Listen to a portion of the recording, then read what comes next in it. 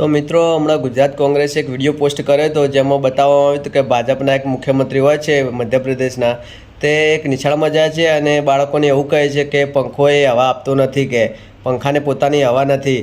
તો કોંગ્રેસે તરત આ વિડીયો ઉઠાવીને જૂઠ ફેલાવવાનું ચાલુ કરી દીધું કે જો આ ભાજપના આભણ નેતા કે એવું કહે છે કે પંખો હવા નથી આપતો.